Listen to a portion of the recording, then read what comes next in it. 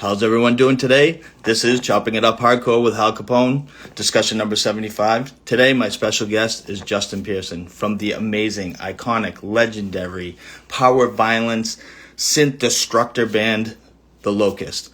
On top of that, it's a laundry list of amazing bands that he's been in. We're talking Struggle, Crimson Curse, Some Girls, Head Wound City, Planet B, Holy Molar, Death Club, Dead Cross. The list goes on and on. Also, president and founder of 31G Records, amazing record company. I'm going to grab him.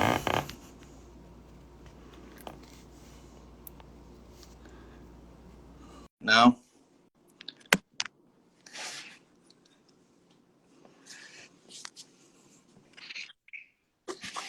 Justin, how you doing? Good. How about you? Good. Can you hear me all right? Yep. Perfect. I want to thank you so much for the time out to talk to me.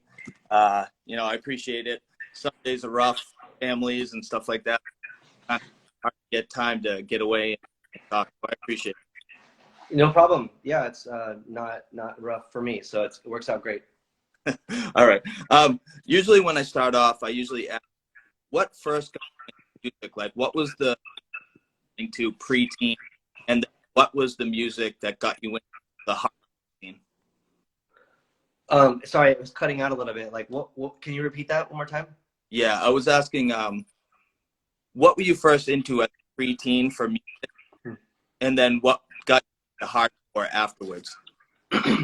Sure. Yeah, I think there was like a this sort of to me linear transition into what I'm into now. I think when I was growing up, I was really into at an early age, like into breakdancing and stuff. So like a lot of stuff that was being released on Tommy Boy Records was like a big influence on me. And then at the time, I think like metal was like a pretty popular thing amongst, like, I guess, people my age or something.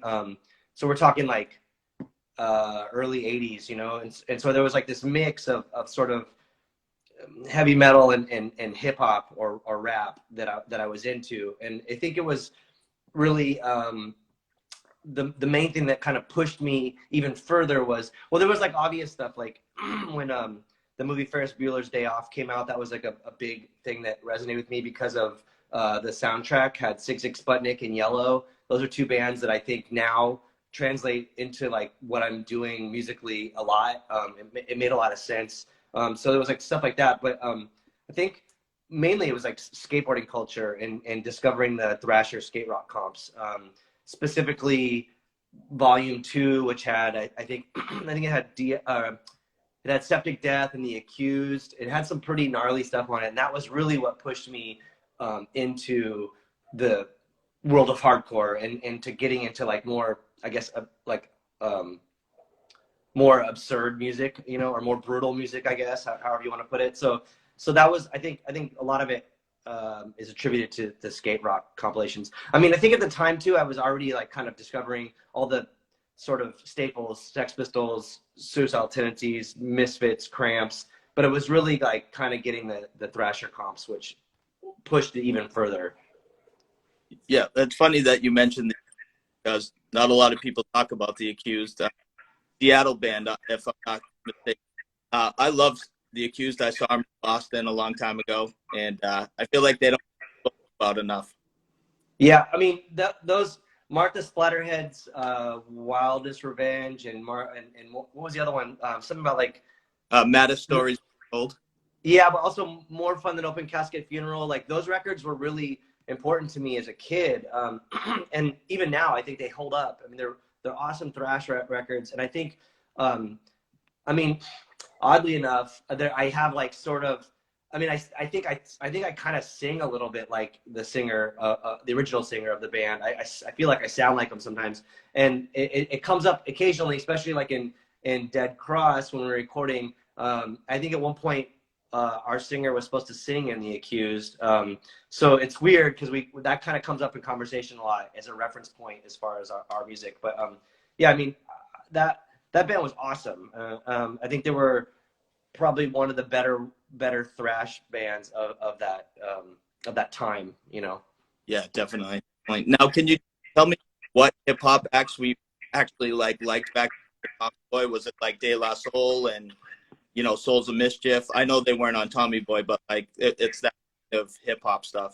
Well, man, I wish I knew like what these compilations were, but Tommy Boy released these like they're comps. I mean, you could probably Google them and find out what they're called, but it had all kinds of stuff on it. And like, to me, I mean, so you got to talk. We're talking like Break-In and Break-In 2 were out in the theaters, and Beat Street was another film that came out. So it was very hip hop was like, and breakdancing was very relevant at that time. I think, and sort of I think mainstream, but because I mean I wasn't like into cool underground shit when I was a child. I just kind of was like, oh, this is rad.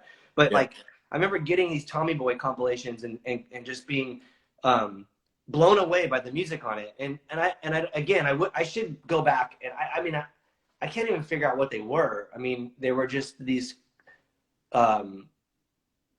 I guess samplers. I don't know. But it wasn't until like really, I mean, that sounds like I don't want to sound like a poser or anything, but it wasn't until like Beastie Boys' License Deal came out, which really started leveling shit, because that was a strange record because it had Kerry King on it, so it had like elements of metal, and it was kind of cool in like the metal world. And I had a bunch of metal friends that were into like heavy metal, so it was like it was kind of the acceptable hip hop record, and it's a great record. And also too, I think at the time like Run DMC, Raising Hell came out, and that was a pretty big deal. I don't know, man. There was a lot of strange like kind of crossover stuff. Even like that second Vandals record had a shitty rap song on it. I just felt like it was like rap and hip hop was like a thing. And also too, I think a lot of, if you look at like the origins of punk and the origins of hip hop, they're very similar in the sense that it was kind of music from the streets, and people were trying to create something from nothing. And I think those two things go hand in hand. Those two styles of music go hand in hand in so many ways. So to me, I was just like, oh, this all makes sense. It sounds like super weird. It's not like, traditionally musical per se. And it was, and like adults didn't like it, so I was like, oh, this is great. This is awesome. So yeah, those albums were LL Cool J, Bigger and Deffer at that time was big for me, and Public Enemy Show was also huge too. Yeah, Public Enemy those first few records were just so nasty, and even like early NWA, like all that stuff was really really good. I mean, I wish I could go like the obscure and like say I was like influenced by these other things, but like I mean I was probably 6 years old or 7 years old. I don't think I think I just got like one cassette and I was like, this is crazy. And I remember just obsessing over like trying to figure out what Tommy Boy was. I didn't really understand what a record label was. And I just knew that there was all these different artists on this album. And, I wasn't able to go find it all and dig deeper. It wasn't until a little bit later where like, I think Paris was on it. He was pretty rad at the time, and he ended up playing at my high school. And that was cool to see him in person and to, I don't know, like just to kind of be around that and to be at a hip hop show, like as a young teenager who was like mainly into punk. It was interesting to be able to see that world as well. Yeah. Now, who was your favorite metal act back? If you could pick one, who was your favorite back then? Well, okay, so I mean, this isn't metal necessarily, but like in 1984, when Van Halen 1984 came out, I was obsessed with that record, which is also kind of weird too, because it's like littered with synth. It's like all the, like there's all these songs where there's like no guitar, it's just like keyboard stuff, which is kind of weird because I really was finding myself being more into stuff like Gary Newman and Devo and things like that. So, but it was, it was really what set me off from that record was Hot for Teacher with all the double kick. And I think that opening drum sequence is just awesome. As a kid, I was like, what the fuck is going on? Like, this is wild. So immediately I was like, found myself trying to find, metal. And Ozzy was popular and Judas Priest. And I don't know what other bands but it wasn't until Slayer came around that was the one that really like kind of messed me up. in a good way. And it was really strange because I ended up living next door, not next door, living in the same neighborhood as one of the people from Slayer. And so I would see them occasionally driving around, and there was a couple, you know, like odd situations, like guy nod, kind of like, hey, Yeah. what's up, you know, and and I just was like, well, there's like a heavy metal dude that's in a band, and it was like a minute until I figured out like which band, and went and bought the record at this record store called Zia Records, and that was kind of cool because, you know, at that time, like even if you watch like heavy metal parking lot, you know, everyone like, and this is no offense to, you know, Judas Priest and Dokken, but like Slayer existed at that time, and it was like so much more gnarlier, and people just kind of like, I don't know, why do people didn't generate or, you know, gravitate towards like the more brutal, serious metal shit, you know? And then I was like really into trying to discover new things, like, you know, like seeing Venom and like their album covers was like a big deal for me, you know? But I think we'll just say Slayer was probably the main one. And then I ended up becoming friends with like people that were in local bands that were into metal, and that was cool too, you know? Yeah, because California, big like thrash metal, speed metal scene. Then I'm pretty sure like was Violent from California? That band Violent, remember that band? I don't know. I'm Or not sure. Death Angel. I could have sworn they might have been on you too.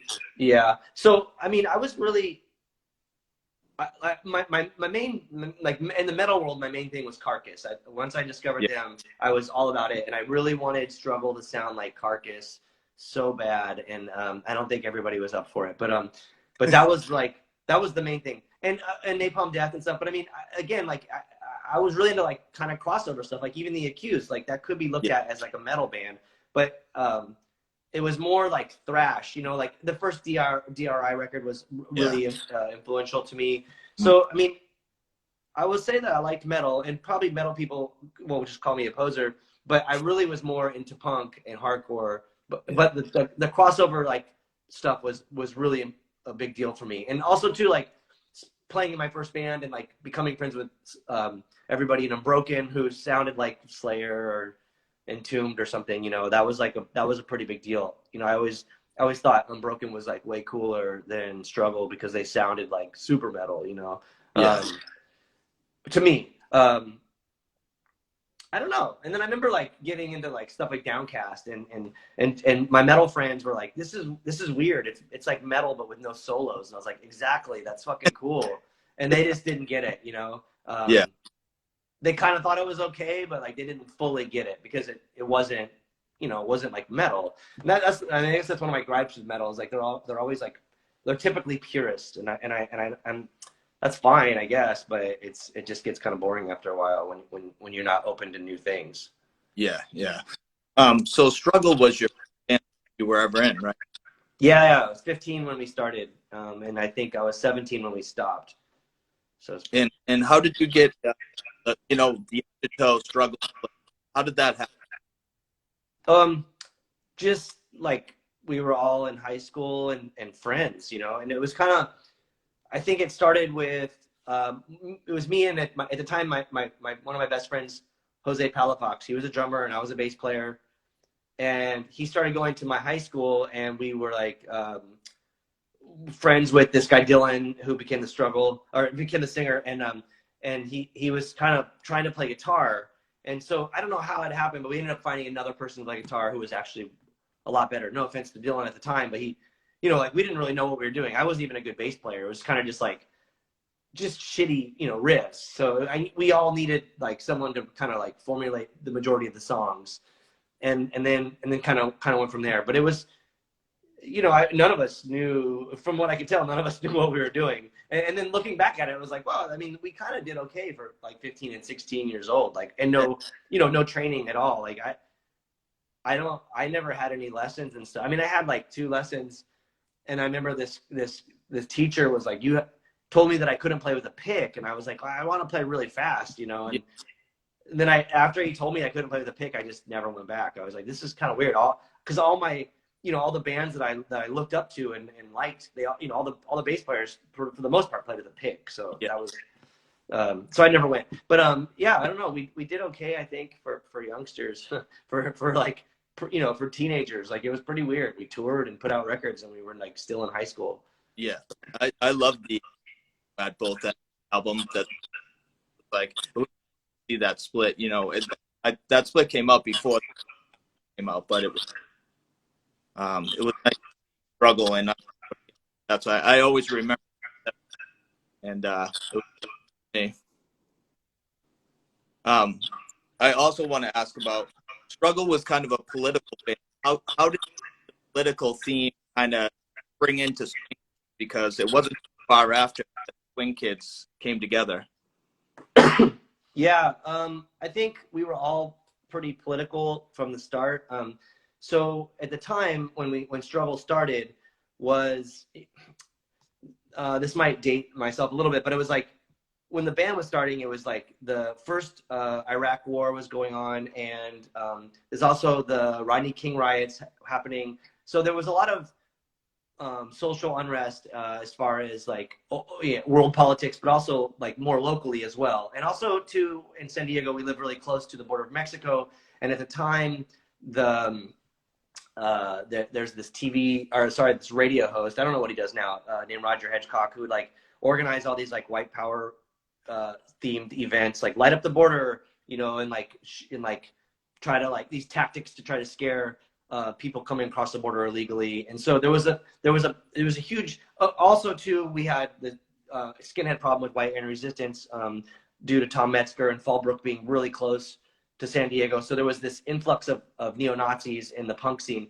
So there was this sense of tension, and there was regardless. I mean, I think a lot of punk music and punk aesthetics are somewhat seeped in politics, and so like bands like Dead Kennedys, or even like stuff like the Sex Pistols, they were political. So it was we were kind of like already on that page, but it was Jose started working with the Revolutionary Communist Youth Brigade, and we all kind of joined. I wouldn't call myself I don't think I was like an actual member, but we worked with the RCP, Revolutionary Communist Party. So there was a lot of like activism, a lot of just events happening locally, and it kind of coincided with music. And at the time we were growing up listening to, at that time, like bands like Napalm Death or Born Against, or bands that were just very political and had a message, and that seemed like the obvious thing that we would want to do as far as musicians, or whatever you want, artists or whatever. So it just seemed normal to be political. And in retrospect, I think we were way too overtly political. I mean, like it was cool and stuff, but I think a lot of it was a turnoff to people because we were just so fucking pissed and so serious, and it made sense, and it was relevant, but at the same time, I just don't know if everybody wanted to sign up for a political rant, necessarily, or I don't know. Yeah, I mean, it was. I mean, it sounded cool and righteous at the time, but once the band disbanded and broke up, we started Swing Kids. I think Swing Kids was even more of a political band. I mean, I guess the way we worked as a unit and what we did and how we did things seemed more political, but we weren't like fuck cops and like burning the American flag. We had like a different aesthetic, but it was still very political. And I think that was there was a sort of a learning curve for us to try to figure out how to be political, and not that we didn't want to alienate people, because that's part of the thing we wanted to do. Like, we wanted to draw the line in the sand and be like, fuck you guys that are, like the oppressor or whatever, and then over here are the progressive punks or whatever. So I just think we were trying to navigate and find a way to communicate with people and still be successful in the way of successful, like not financially successful, but like successful as far as like do something that we liked and felt sincere about, also bum a lot of people out, and just kind of be reactionary to the world that we lived in. So I suppose that was our agenda. And I, again, like, I never really like joined or left the Communist Party. I just kind of worked with it. And I did have a few issues with some of their platform at the time. I think they've changed, but at the time they were they weren't very inclusive of what is now the LGBTQ community. They were kind of just like, oh, we don't understand that. Like, we're here for workers' rights, women's rights, you know, the sort of you know, the standards of what, like, I guess like what a communist party be fighting for. So it was kind of weird. And also the animal rights thing, because we were all like became vegan and we're very interested in animal liberation. We were working with ALF and other organizations, and they were just like, we don't give a fuck about animals. And to me, I was like, okay, it's the environment. That's another thing too, because we started working with Earth First, and that was something that I really felt connected to in a lot of ways, and the RCP kind of just didn't seem to really, not that, I don't know if they didn't care. I just think that they were really more about just fighting capitalism, you know, and that's fine. But I think there's a bigger picture. So I don't, yeah, that was a long-winded answer. Yeah. Sorry. No. So, I was wondering about the sound, because Struggle to Swing Kids is very different sound. What kind of was the creative process to get a little more chaotic and screamy than Struggle? Yeah, that's a good question. I think a lot of it has to do with Eric Allen. So he was in Struggle for a little bit, and he was in Unbroken. And I think Eric had an obsession with John Reese from Drive Like Jehu and Rock from the Crypt. And I think, I mean, I love Eric. He was my best friend, and I think everything he did was awesome. His style was very much like John Reese, and I think he wasn't really able to do that in Unbroken. And in Struggle, when he joined, we were kind of on the way out. Like our singer was moving, we were gonna stop being a band. So I think he looked at that as an opportunity. Let's start this new band and like be kind of like this other style of music. And you can hear it. It sounds like fucking Drive Like Jehu. And I think that's great. I love that band. And I think what Eric did with Jose and John and Swing Kids was awesome. And then I just didn't know how to sing. I tried my best. And as much as I also liked Drive Like Jehu a lot, I think I tried to just reference vocalists that I kind of knew. It's a weird term, like in my wheelhouse. Like, oh yeah, I think I can do this. You know, I'd write like 2 lines and fucking say the same thing over and over and over, and it was not really that great. I wish I could go back and redo it, you know, but I can't. But I was listening to bands like Moss Icon and stuff who did that, you know, who just had like 2 lines and you just said it a bunch. And it really wasn't, I never had the ability to look at a song and say, oh, here's the chorus. You know, I didn't know what like a verse and a chorus was. I was just like, I'm going to say this shit here and this shit here, and we're just going to freak out, and then we'll be done. And that was like kind of how we did it. Yeah. We're in Struggle. There again, I don't know if there was necessarily, you know, a verse and a chorus, but it was more this like, you know, it was structured like a metal band. Like, I don't know. Yeah, I'm glad I know now what I should and shouldn't, what does and doesn't work, you know, musically. Some of it holds up, but some of it doesn't. Now, were you scared to be, you know, doing the vocals? Was this the first time you did vocals in a band? Yeah. So the last Struggle show, I broke my bass. And I couldn't really, I guess I couldn't afford a new one. I don't know. So I was like, I'll just sing, you know. And I wasn't really scared ever, like not even to play bass. I mean, it wasn't like a scary thing, or like I didn't have anxiety. We just did it, and I just kind of, I don't know. I mean, it was just different then. Like looking back, watching us play, a lot of it was like the band kind of like looked into each other. Like I didn't look at the audience. I was like, and too, playing with Jose, he's a jazz drummer, so there was a lot of interesting things that would happen that you weren't really expecting. You're just like, what the fuck? Where'd the one go? You know? And so I kind of have to like watch, like, okay, he's freaking out now and like punching his drums. Now we're coming in, you know, like it wasn't like, I don't know. It was weird. It was like a strange thing. Like as soon as the first snare hit happened, you were kind of in this this weird zone. Like it wasn't open to the audience. It was just, we were just there doing the thing. And it wasn't that we were disconnected from the audience, because I think we needed that energy from them as well. But it was just, I mean, we were just naive, and we were just freaking out about everything in the world. And I think that was how we ended up, performing, I suppose. Yeah. Now, simultaneously, you started 3-1G at that point, right? Yeah, and that was an accident. But also like, yeah, because, so again, it has a lot to do with Eric Allen, because he wasn't on the Struggle Undertow split 7-inch, but when it came out, the guy that released it changed the album cover, and the album cover was very important to us because it was a photo from the LA Times of our drummer getting arrested by the LAPD, and he was like bleeding in the face, and it was like a pretty badass photo, and for some reason the label changed it to like a watercolored painting of that photo.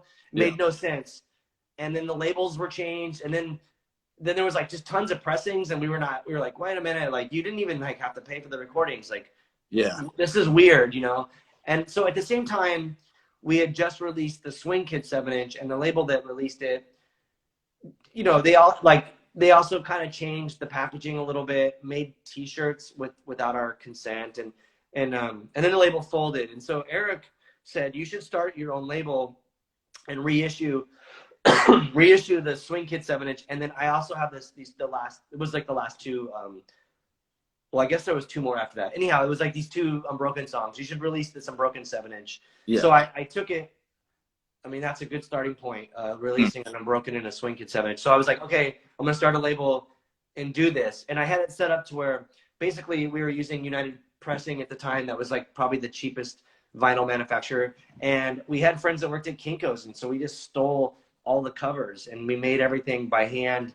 And so really the cost was, aside from labor, was just the vinyl itself. And like, we didn't have to pay for anything else. And that was a really interesting way to start a label. And then the fact that we were always touring and doing stuff and like very, very active, we could sell the records at shows and sell them around. And it was just, it was like the right time for like, and like I had all the right pieces were like in place, because I was also friends with Ebullition, who was like acted as a distributor and were able to sell stuff for me, and like kind of just went from there. So it was I just knew I could do like as bad of a job as the labels that I was like looking at, and if it was me doing it, I could say like, well, fuck, I should just change this and make it better. And so I did. So I just said, I'm gonna just do it. And then here I am like 128 releases later, and I'm like, why did I do that?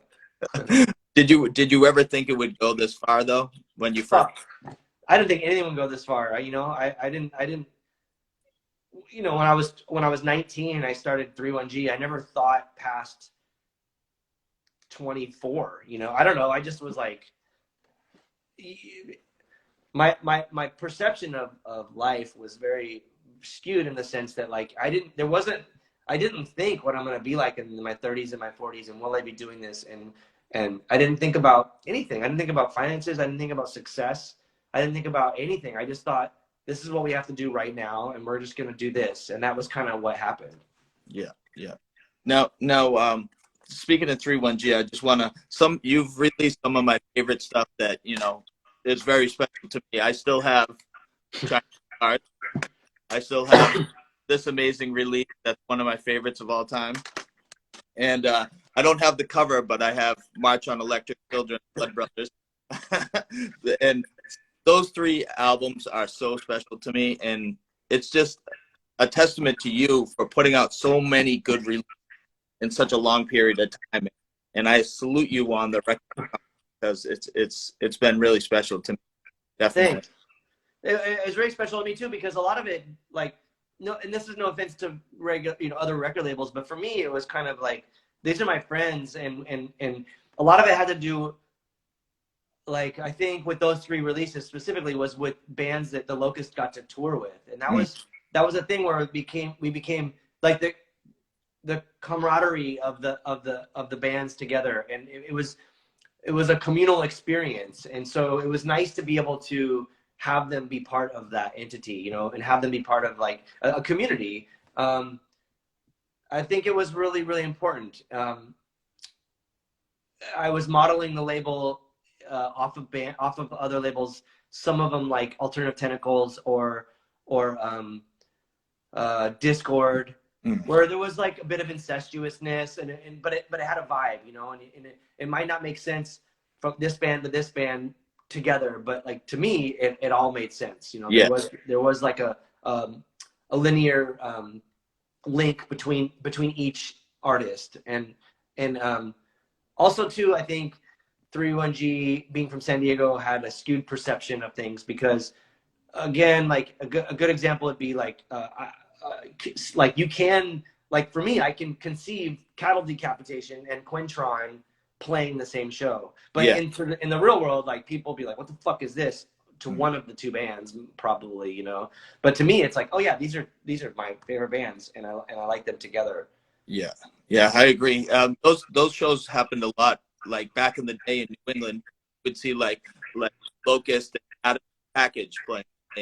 Yeah, You know what I mean? totally makes sense. You know, like weird shit like that, 100% makes sense. Yeah. I wanted to speak about how the Locust was. How did you guys all get together, and what was the thought process of?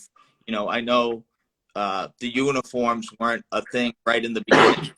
So, you know, how did the band get created, and then how did you go from there to put on the uniforms, and the thought process of the wild song lyrics and the titles of the songs too as well? There's a lot to unpack there. I mean, a lot of it, I think, not to try to like avoid the question, was it is like a lot of it was never thought out. You know, I mean, we kind of got together loosely based on the fact that we wanted to sound like Crossed Out, and that was like before we even played together. That was our idea, and it was our original drummer Dave Astor and Bobby Bray, the guitar player, wanted to start a band like Crossed Out, and they asked me to play bass, and I said yes, I like Crossed Out, and I knew them both from school and stuff, so I was like, let's do this band. Let's get the singer for Struggle to sing. He's a great singer. We'll be a 4-piece, and we'll be just like Crossed Out. And then for some reason, Dylan wanted to play guitar and got someone else to sing, and it got kind of weird because musically we weren't able to, like, no, this is no offense to Dylan, but I don't think he was like as like geared up to sound like Crossed Out, and like kind of like the absurd way that they wrote music. And I mean absurd in a really great, loving way, because you know, it's like blast, you know, fast riff, and then like kind of like a weird surf groove beat, and then back to something fucked up. And I don't think Dylan was necessarily on board for that. So we did our record. We did a split with Man is the Bastard, which was actually the first Bastard Noise, and then we did a split with Jenny Piccolo, and then Dylan and Dave left the band, and in that time we had kind of discovered Moog synthesizers, and we were like, we're gonna get a keyboard player, like this has got to happen, like we have to have keyboards. So we got Jimmy Lavelle from Album Leaf to join the band and played synth, and then and that kind of shifted everything musically, where before we were trying to sound like, you know, Crossed Out, and I think once we got the synth in the band, we were kind of trying to sound like Deicide and Devo, and we were like, oh, let's mix this somehow. And it I don't know if it really worked right away, but it took us a minute, and then a couple more lineup changes, and then, you know, and here we are. Jimmy left the band, and we got Joseph Karam to join, and then Gabe Serbian joined on guitar, and then he later moved over to drums when Dave left, and then we've been that for the four of us have been like that for the bulk of our existence. But the uniform thing was always like, in hindsight, we were just like getting shit talked about us about the way we dressed normally. And it was getting a little annoying. You know, we would like have to deal with hecklers and stuff, and we were kind of just like just getting fed up with people's bullshit, and with the fact that they wanted to talk about the way we looked, not the way we sounded. Yeah. So I think we ended up, as a joke, there was this magazine called Hit It or Quit It that came out, and there was this roundtable discussion about us, about how we were the worst band. and how he made it impossible for fat kids to succeed in hardcore. That was a quote. And so we kind of riffed off of that, and we were just like, oh, we were on tour and we found these furry vests, and we're like, let's wear these vests, and then let's get goggles, and then let's get hot pants, and then it kind of became a uniform. And we actually, like, the first sort of incarnation of our uniforms, we wore them, we got them in San Francisco, and then we immediately went to Japan on tour, and it like it made sense in Japan. People are fucking way cooler and like cool shit, and so we kind of, I think we needed that fuel from the Japanese tour. Like, like we're fucking totally into like weird shit. Let's just go full, blown weird. And then uniforms happened, and then it became more serious. It wasn't like we weren't dicking around with like furry vests that we got at a thrift store. We were like getting uniforms made and stuff. So that was kind of how that happened. And then the long song titles, I think that was just Bobby and I, like when we first started the band, we realized that our songs were fairly short and we wanted to say a little bit more. So we might as well just say a little bit more in the title and just make it long. I mean, there's short titles too. The first thing I ever heard was the Jenny Piccolo split, and then the self-titled album, which blew me away. And the cover of the album always stuck with me because I remember the Queen album that had the visual thing on the bottom of it. So that always stuck with me. And I heard that album, it blew me. I think the initial like exposure for me that just blew me away hearing the Locust. And then I don't know what it like. Clegg sounds came out, and that I've always held on to. I never got rid of this either, even though I lost the cover, of course. And then I saw you at that show that I posted in Worcester with Airborne Radar, Eyeballed. Can you speak about that? Do you remember that show? I do. And I think, did Piebald headline the show? No, I think you guys headlined. Because we played some pretty rad shows at that venue. I just remember like Piebald was the odd band out, which is weird because we're used to being the odd band out, and it's like you can't fuck with the Locust and Airborne Radar together. It's just like bizarre.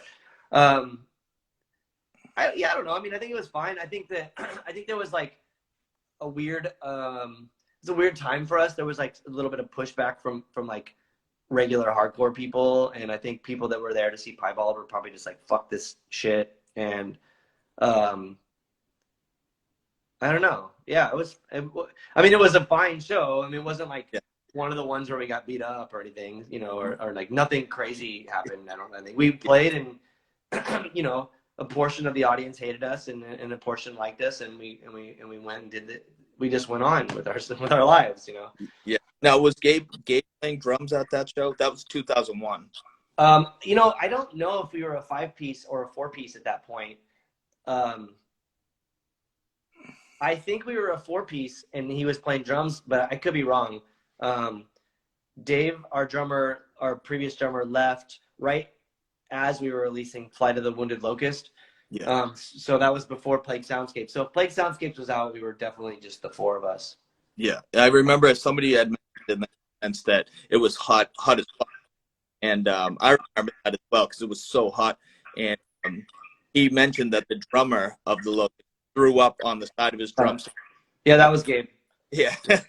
So, I do remember that happening. Yeah, then we were a 4-piece. We might have been in regular clothes though. I don't know if we had uniforms then.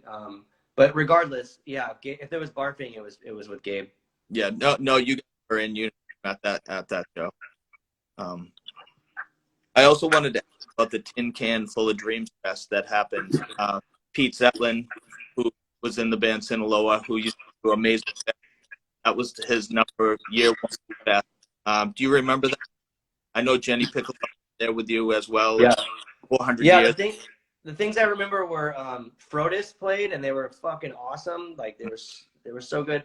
And I remember that was the first time I saw Converge. I was very impressed. And then also Discount played, which Allison from the Kills was in that band. And so yeah, it's pretty crazy. The lineup of that show had some heavy hitters. It was rad, and I think we raised a good amount of money, and it was a fun time. One of those like playing on the floor all day kind of festivals. Yeah. Yeah. Yeah. What was your experience coming to New England? I mean, you were there. So what was your experience coming to New England, whether playing in Boston, Providence? Or, what did you think of the New England sound also? Well, okay, so I mean, Providence was obviously like the weirdo mecca of stuff, you know, so that always seemed different to us. And also playing Worcester was kind of weird because it felt like I was on the outskirts of something, you know. So when we got to play Boston proper, it was always fun. I mean, there was like sometimes we played one show at a thrift store in Boston upstairs or something, and people were fucking super violent towards us. I mean, there was that like element of New England tough guys coming out, and depending on who else played, you know. So Yeah. so we had to be a little cautious, I think.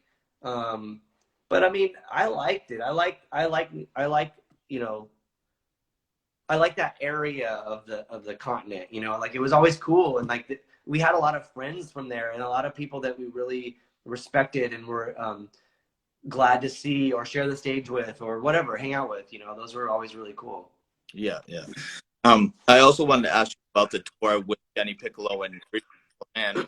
Reversal Man is huge, like one of my favorite bands of all time. Can you tell me a little like good memories from that tour?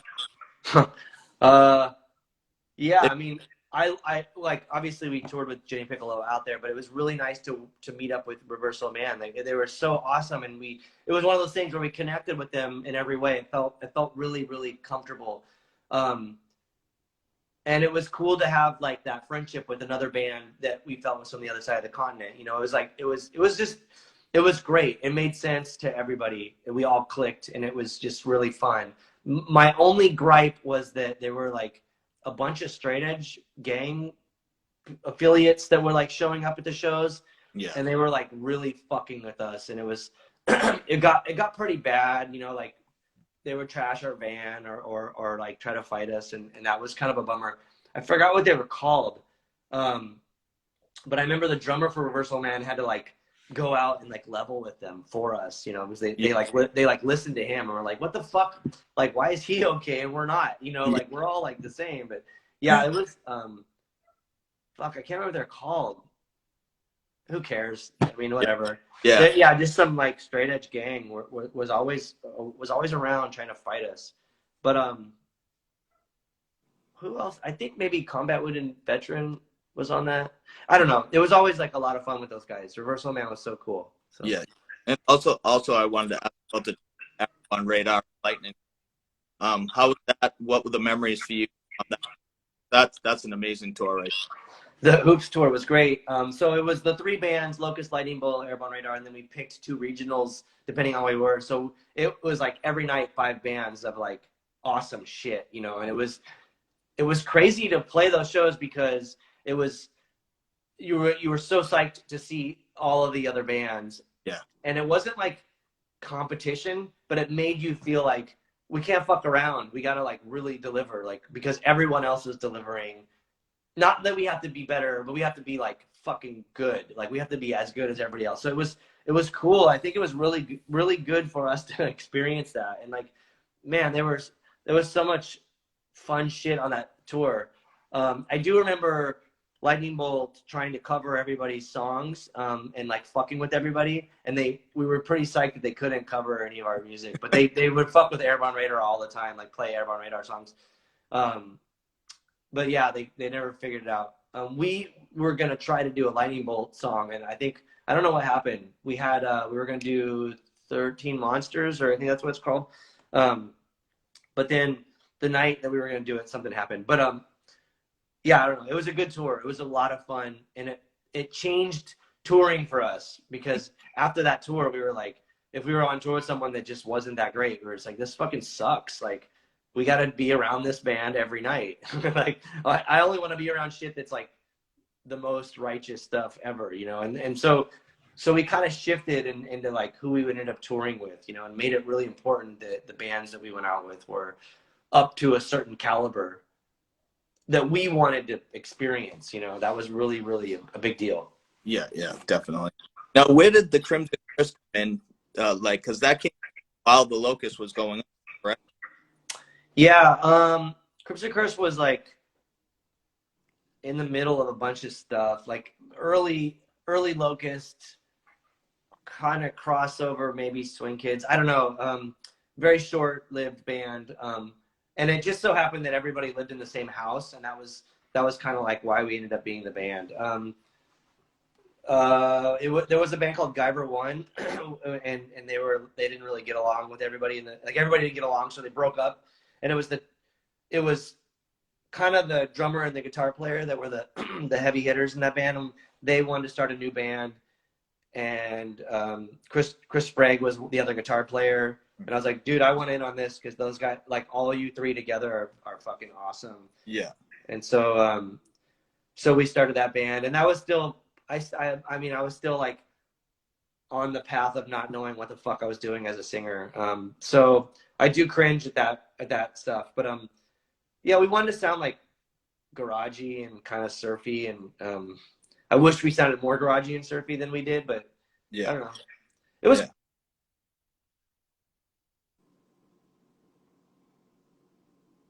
Yeah, you just cut out for a second. There you go. Yeah. Oh, yeah, it was a very reactionary band. We really upset a lot of people, and that was kind of the goal, you know, like just being very flamboyant and annoying. Yeah. The split with Festival of Dead Deer is I love that split. That's so good. The Festival of Dead Deer is so good too. Yeah, unfortunately, they were way too short-lived of a band. But yeah, that was one of those things too, where you're like, when I saw them, I was like, what the fuck is going on? Like, where did this come from?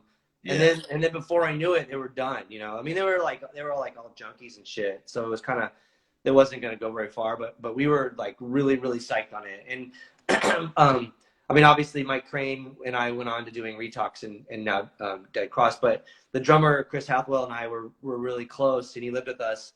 And it was Chris and I's friendship that kind of like ended up kind of seeing through those the other live stuff that we released on 31G. It was a live radio recording that we released.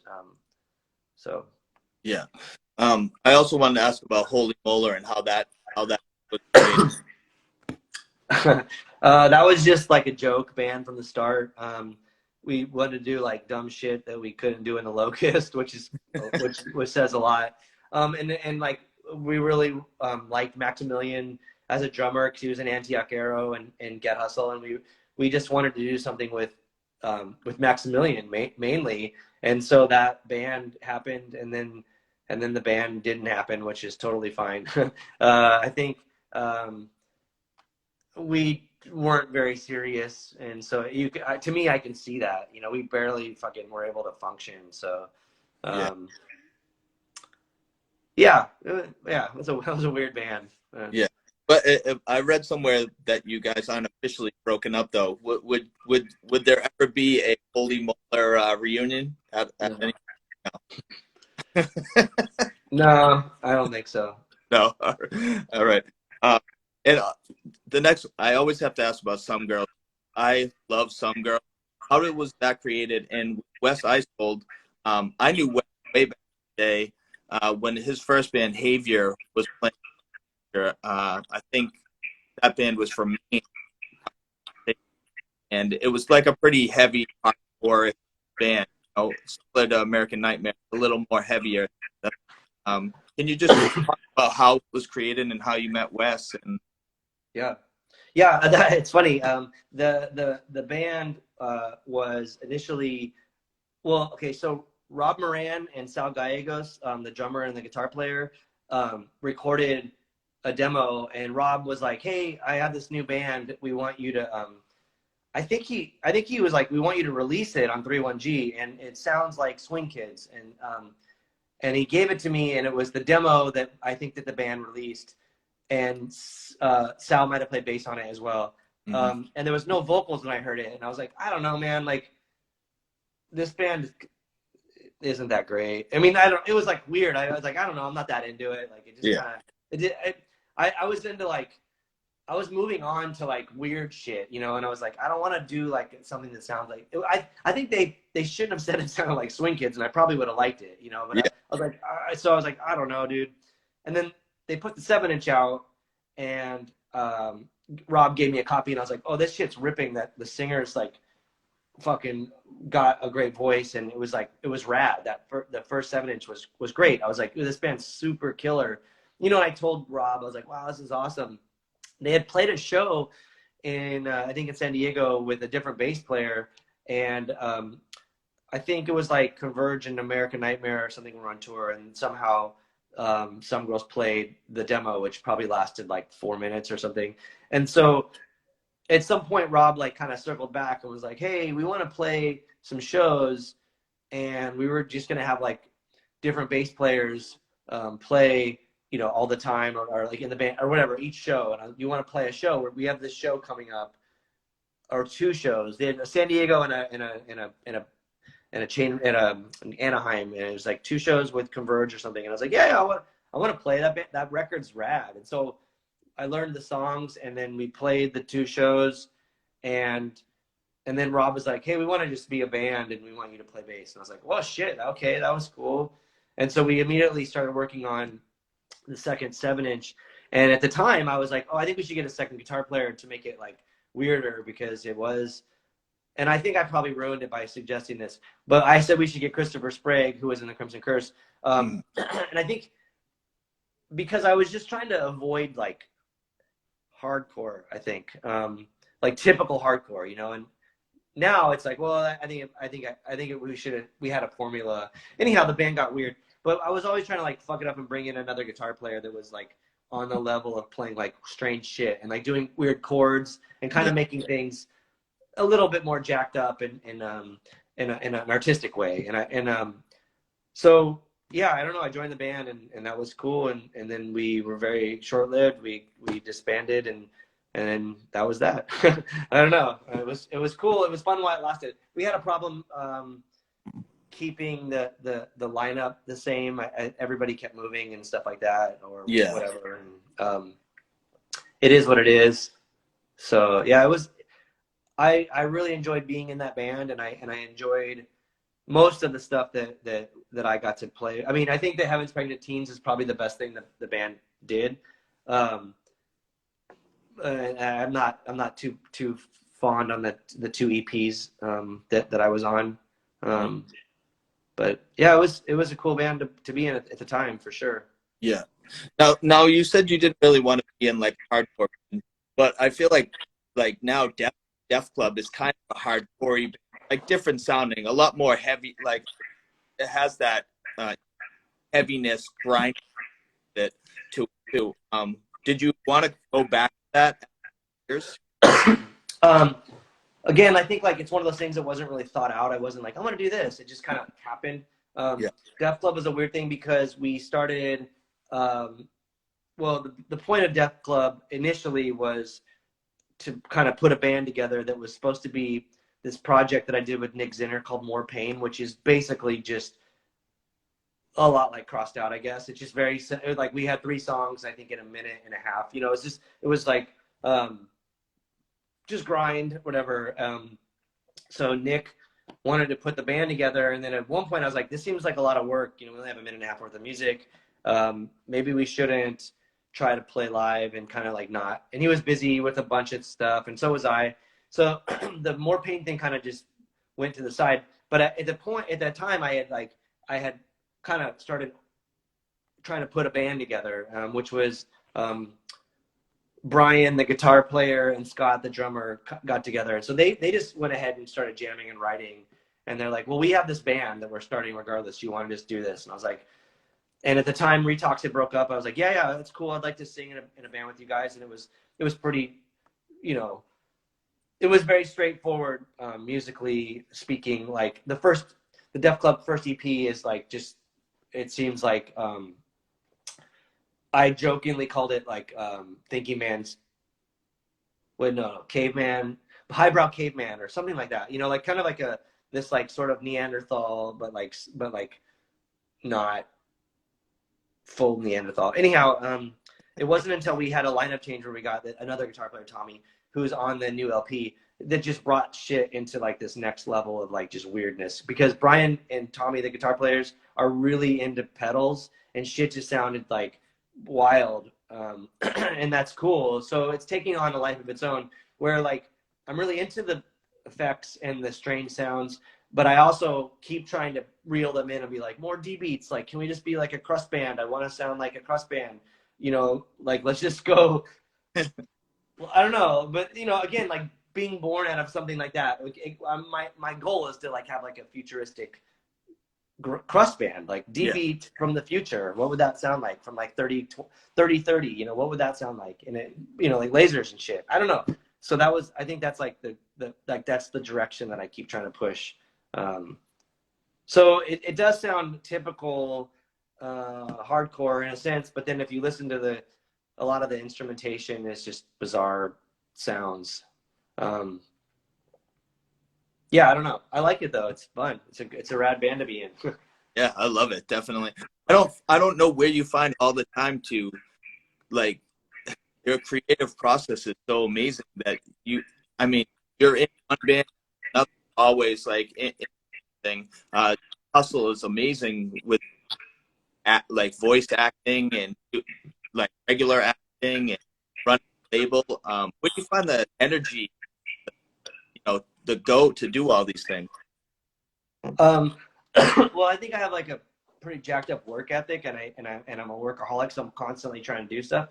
But it's weird to like think about, because maybe to someone that doesn't hang out with me day to day, like it's not like I'm constantly doing shit every single day. Like a thing will happen, and then it won't. You know, so like a good example is, you know, we've been working on this new Dead Cross record, which we tracked 2 years ago, and that'll come out, and it'll seem like something just happened, you know, but like it didn't just happen. And like the Def Club LP that just came out 2 weeks ago or whatever, we have another Def Club EP in production right now. Good. It's just that like manufacturing takes a long time, and I mean, it just seems, it's like not that, it's like things already happened that are like now gonna finally surface, you know. It's not like every day I'm like, oh, fucking all this shit's going on. I mean, I think that the one time where I like lose out and I don't have enough time to do stuff would be like running a record label. And so the people that I run the two people I run the label with are fully submerged in like everything all the time, you know. And that would be the thing where I feel like I could use a little bit of help. I mean, there are other projects that I have that I'm working on that I just don't get to finish, and that's fine. Yeah. You know, I'll get to it eventually at some point. I don't know. It doesn't seem like that crazy to me because I'm doing it in real time, and things aren't always instantaneous as far as like when it comes out. So things might come out all at once, you know, and it's like, well, we've been sitting on that for a year, you know? Yeah. I got a minute and a half till we get booted up, and I'll start up again. I'll only keep you for like 20 minutes or so, because I don't want to hold you too long. I know you got things to do. Like I said, Instagram me for a month because I put a racist post 10 months ago, and they suitable for the guidelines, so they fucked me, took my live away for a month, and now I was able to do like 4 hours of live, and now they're coming down to an hour. So now I have to like start over again, just over. I don't know, it's ridiculous, like why they do shit do. So this will shut off in 50 seconds. I'll just start it up again, and then I'll keep. I do a rapid fire again, so I want to get to. Okay, cool. Yeah, I mean, it's capitalism, you know, like Instagram just doesn't give a fuck about anything cool. They just want to keep churning out the shit and keep everyone addicted to it. Yeah, I agree. So I'll now, and I'll start it up, and we'll just do the same thing we did starting before. Sounds good. So I'll see you in a sec. Okay, sounds good.